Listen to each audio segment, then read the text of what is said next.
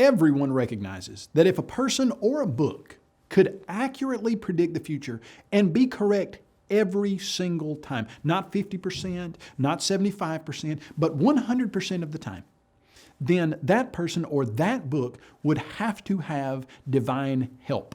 That is superhuman. Humans just cannot do that. Is there a book that does accurately predict the future and get it right 100% of the time? Yes, there is.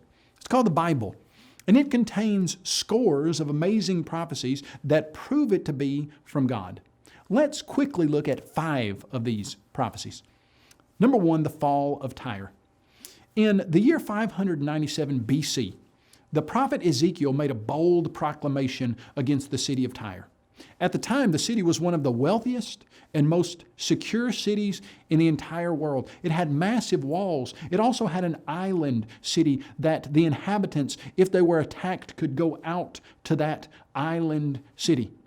Yet for all that, Ezekiel predicted several things that would happen to Tyre. He said that the Babylonian king Nebuchadnezzar would come up against the city, that he would build siege mounds against the wall, and the city's walls would be broken down. He predicted that many nations would come up against the city, and the city would be scraped clean like a rock.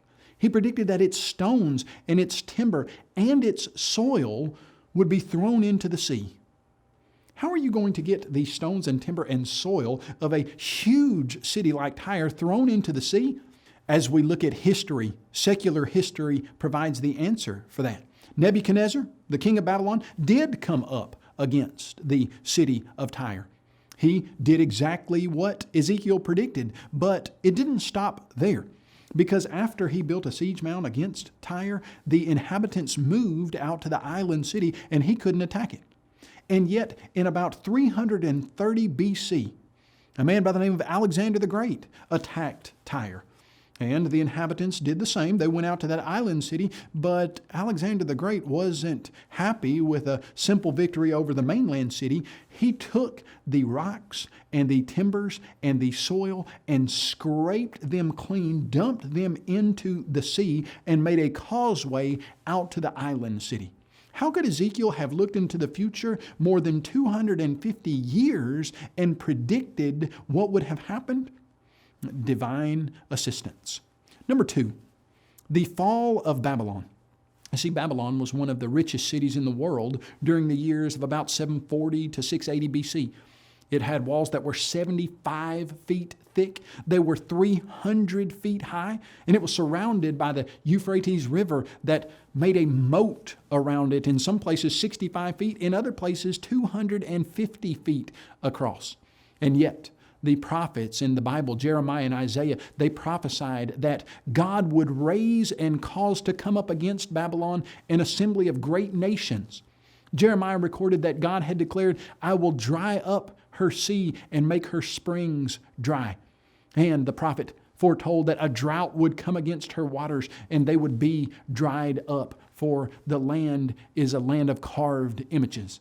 And also the prophet promised that the Lord had spoken, "I will prepare a feast and I will make them drunk, that they may rejoice and sleep a perpetual sleep." Now, interestingly, secular history validates this prophecy. It shows us that the Euphrates River went under the city of Babylon, and yet Cyrus, the king of the Medes and the Persians, redirected the river and caused it to go into a basin, and he marched his troops under the wall of Babylon. And incidentally, the Babylonians were drunk and feasting when that happened. God dried up the waters of Babylon, and they were drunk and slept a perpetual sleep. Number 3, messianic prophecies. You know, there are hundreds of prophecies in the Old Testament that talk about a coming Messiah. They talk about how that Messiah is going to live, where he will be born, how he will die, how he will be buried, and the things that he would do in his life, like riding a donkey into the city of Jerusalem. And some of them were written 1,000 years before Christ came, and yet in every single instance, Jesus Christ fulfilled those prophecies to the letter. So much so that in Luke chapter 24, verse 27, Jesus taught his disciples, beginning at Moses and all the prophets, He expounded to them in all the scriptures the things concerning himself. Number 4, the fall of Jerusalem. In Luke chapter 21, verse 20, Jesus said to his apostles, "But when you see Jerusalem surrounded by armies, then know that its desolation is near." In Matthew 24, 1 and 2, then Jesus went out and departed from the temple, and his disciples came to him to show him the buildings of the temple. And Jesus said to them, "Do you not see all these things? Assuredly I say to you, not one stone shall be left upon another that shall not be thrown down." Jesus made these comments in about AD 30 or 33. And yet, for another 40 years or so, nothing happened of a remarkable nature of destruction to the city of Jerusalem. But in AD 70, the Roman army under the command of Titus, who later would become the emperor, destroyed Jerusalem in an event that is marked as one of the most destructive events in all of ancient history, exactly like Jesus Christ had predicted. Number 5, the reign of Cyrus. Isaiah wrote his prophecy in about 720 BC. In his book, he made a bold prediction that the great nation of Babylon would fall. He further specified that it would be destroyed by the Medes and the Persians, and then he narrowed the target and predicted that a king named Cyrus would be the man to conquer the city and the nation. Now, the interesting aspect of this prophecy was that it occurred almost 150 years before Cyrus ever even existed. Isaiah called him out by name.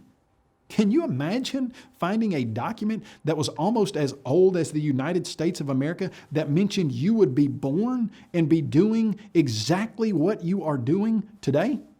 That's amazing. When we look at the Bible and we see the amazing, historically accurate, documented, predictive prophecy, we're forced to the conclusion that the Bible is God's Word.